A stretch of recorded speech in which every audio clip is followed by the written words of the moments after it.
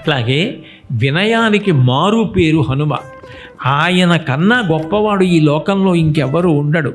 మనోజవం మారుతుల్య వేగం జితేంద్రియం బుద్ధిమతాం వరిష్టం వాతాత్మజం వనరయూధముఖ్యం శ్రీరామదూతం శిరసా నమామి.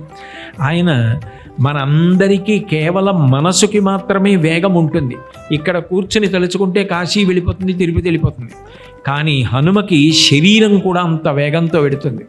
అంత వేగంతో వెళ్ళగలిగిన శరీరం, అంత వేగంతో వెళ్ళగలిగిన మనసు రెండూ ఉన్నప్పటికీ ఆయన తన కొరకు అని స్వార్థం కోసం ఆ శక్తిని ఉపయోగించుకున్న సందర్భం ఒక్కటి మీకు కనపడదు. ఈ శక్తిని ఆయన వాడినది దేని కొరకు అంటే కేవలము లోకమును అనుగ్రహించడం కొరకు మాత్రమే ఆయన ఈ శక్తిని ఉపయోగించారు తప్ప తన కొరకు కానీ స్వార్థం కొరకు కానీ ఎన్నడూ ఉపయోగించుకోలేదు.